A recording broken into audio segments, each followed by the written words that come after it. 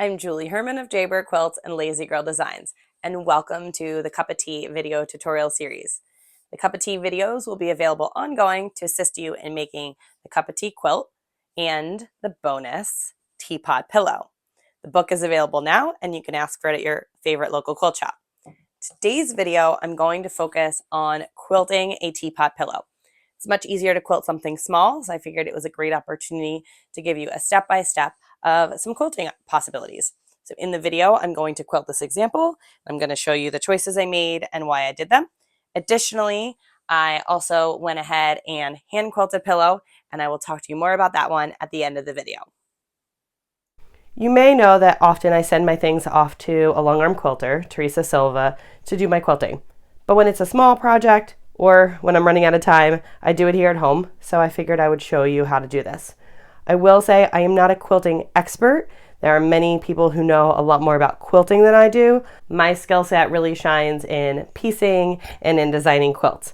That being said, let's go ahead and I'll show you what I'm doing. The first step when quilting anything is layering.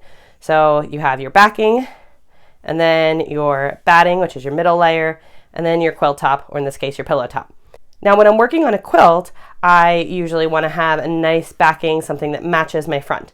But in this case, since I'm working on a pillow, no one's ever going to see this. This is just going to be on the inside against my pillow form. So I usually just go ahead and use some white or plain fabric, unless I have something else laying around. Definitely want to make sure that if you have light colors in your top, you don't use something super dark that's going to show through in your final pillow.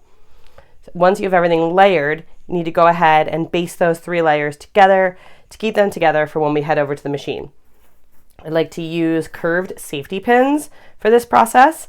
Now, if you know where you're going to be doing your quilting, you can pin in places that are not going to interfere with that.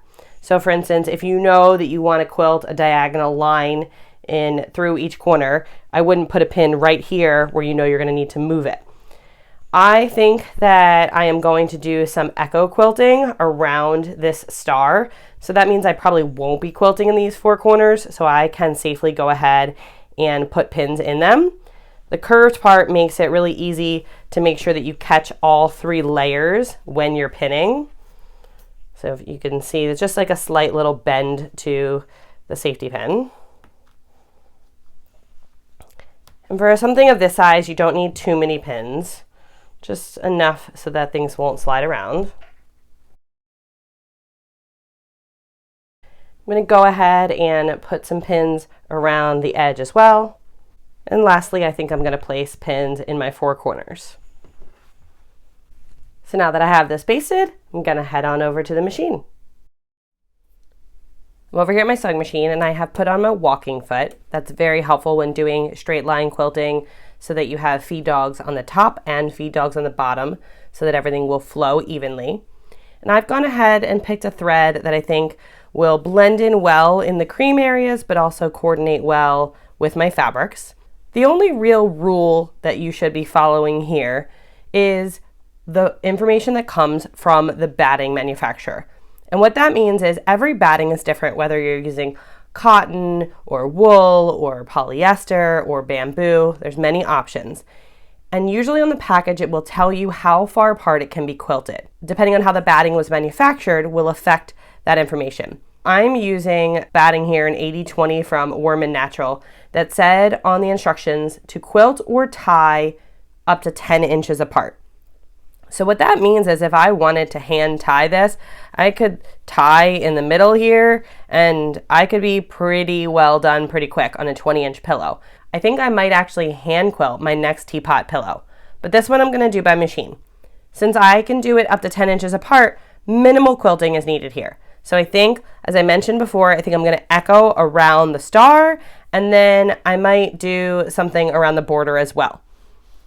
When starting on the middle of your project, you want to make sure that you have your thread tails a little bit long so that you'll be able to feed this through to the back later on and tie it into a knot. You don't want to cut it off on the front if you don't have to. So I'm just going to decide where I'm going to start and decide if I'm going to use my foot as kind of my guide to keep things straight. So I think I'm going to do that. I've set my stitch length to 3.0. I like that for when I'm doing quilting, And with my machine, I can move my needle. I have a zigzag foot here on, so it has a wide area, so I can move my needle. If you have just a straight hole, you obviously don't want to move your needle. So I think that's where I'm going to do it. And really, you can start wherever you want. I think I'm just going to kind of start along this here, and let's see how it turns out.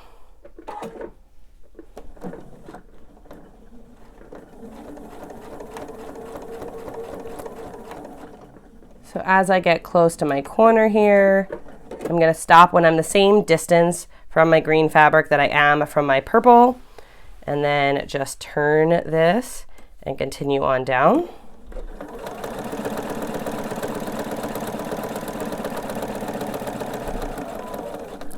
And this one's a little bit harder to eyeball since it is an outside point.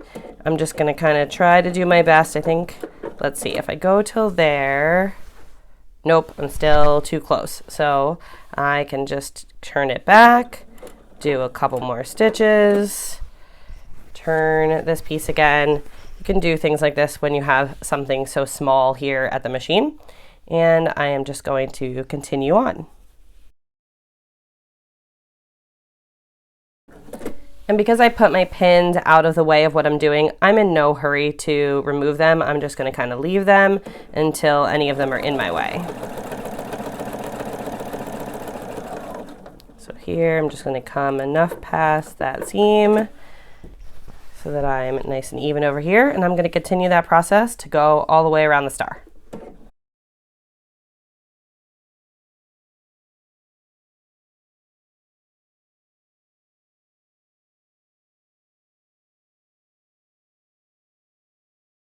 And I am almost back to where I began, and so I want to just quickly pull this thread through to the back before I stitch over this. So I'm just going to flip to the other side. I'm just going to use my stiletto. If you have a seam ripper or a tiny pair of scissors, I find a stiletto usually works pretty well. I can pull at the loose thread that's there, and it'll help me pull the front thread through. Got that on the back.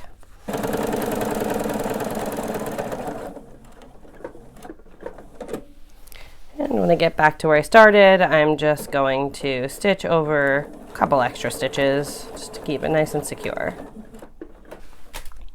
And if I flip it to the back, so now you can see the stitching lines that I did, and it doesn't matter that my back is not really cute because, as I mentioned, no one's really ever going to see it. It's just going to be on the inside of the pillow.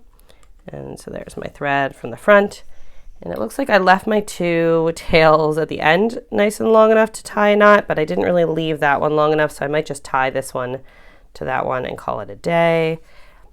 You could also just put a little bit of glue there if you wanted, and you can cut these as long or as short as you want, because again, it is on the back. Nobody is going to see any of this, so I'm just going to leave a little bit of thread hanging there.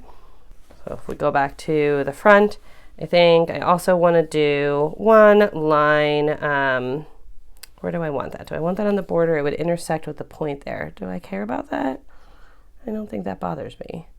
I feel like I want it in here and not out here. Since this isn't live, I can't really ask you for your opinion. Let's see. Well, the thread does look really good in the border as well as there. So you know what? I'm going to do it in the border. And I think I'm going to do it a little bit further away than this echo distance. So just pick a side to begin on, and this time I did make sure that my threads are nice and long so I don't have that issue again this time. And let's just go around the border. And now these pins might end up being in the way, so if they are, I will take them out as I go.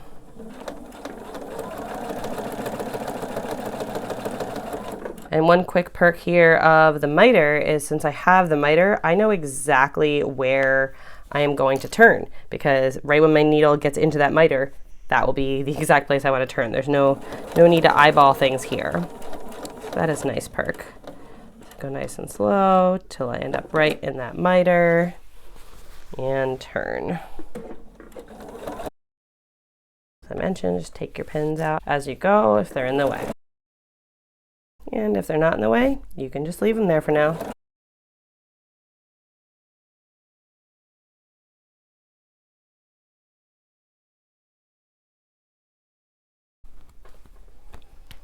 Again, I'm going to pull this thread to the back before I meet up with this.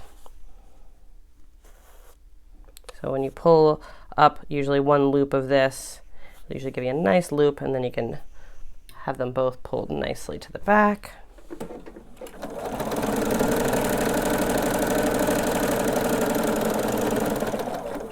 And I'm just going to go over a couple stitches. And cut those nice long as well.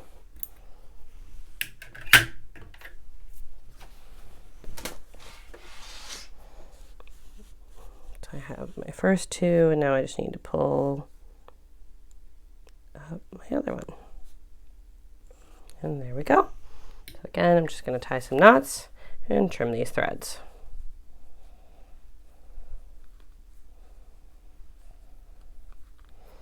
Now, if I was doing this on something that wasn't a pillow, you would want to bury these threads, but since we are not going to be looking at the back of this as we would be at the back of a quilt, that's not something we need to worry about here.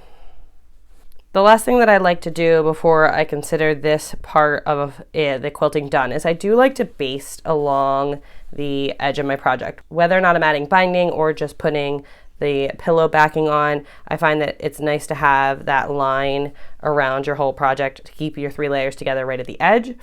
So I usually increase my stitch length to 4 or 4.5, and I'm going to stitch about 1/8 of an inch from the edge, just enough so that my binding or whatever I put in later will cover this up, but that it'll nicely all hold together.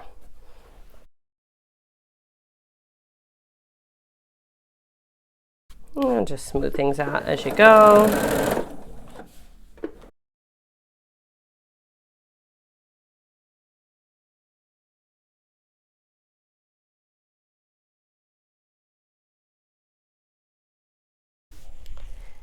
Now that I have finished my quilting and basted my edges and removed all my pins, it's time to go ahead and trim off the excess batting and backing.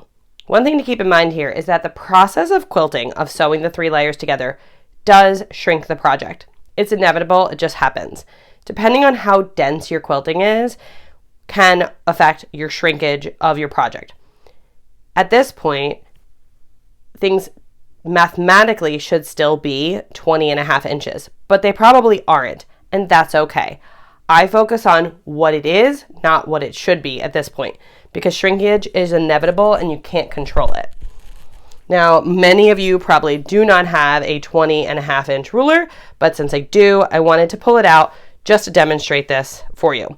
So I'm going to put the ruler flush here with my bottom and my left sides, and you can see I've lost almost 1/2 inch.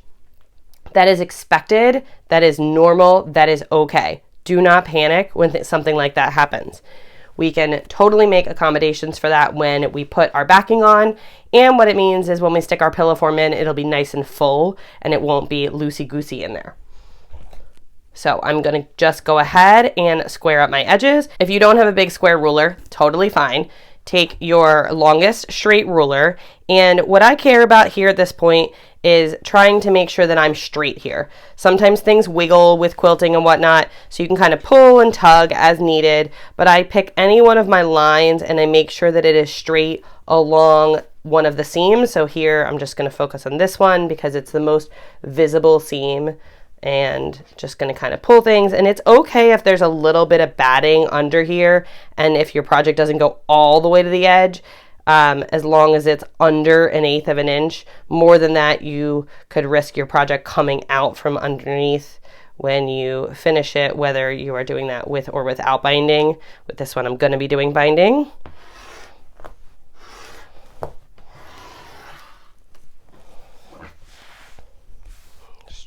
Off. So you can see a little bit of batting here along, and that's okay.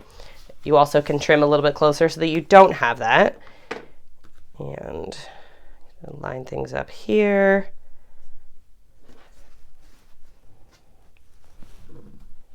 And it's okay if things are not perfectly straight. You just want to get them as close as you can so that your pillow will be square or square-ish when you're finished.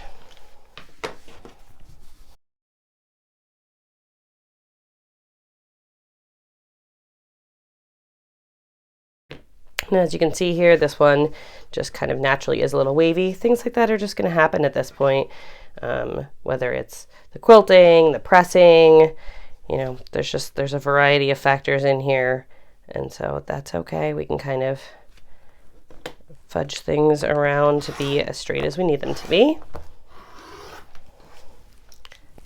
And there we go. Now we have a nice trimmed pillow top ready for us to go ahead and create our 2 backing pieces and put that together to finish our pillow. In addition to the machine quilted version, which I just showed you, I decided I also wanted to hand quilt one pillow. And I didn't record myself doing this because I actually did this on the couch one night when it was late, when the kids were already asleep. So I went ahead and basted my pillow together, same method, just using some curved safety pins.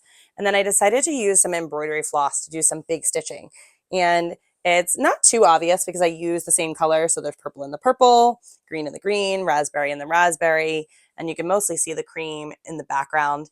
And as I mentioned with the machine quilted one, it all depends on the batting you're using and how close you have to quilt it. Mine did not need to be quilted that close, so there are some big areas without quilting. It doesn't mean that you couldn't add something fun if you wanted to. I hope you found this video on some ideas and options for quilting your teapot to be helpful. There really are so many different fun possibilities, and it's really great to practice and have fun with a pillow. If you found this video helpful, please be sure to like it and subscribe to the channel. If you have any questions on quilting your teapot pillow, you can ask those in the comments down below. And if you have not yet signed up for the entire Cuppa Tea sew along that also includes the teapot pillow, I highly encourage you to do that.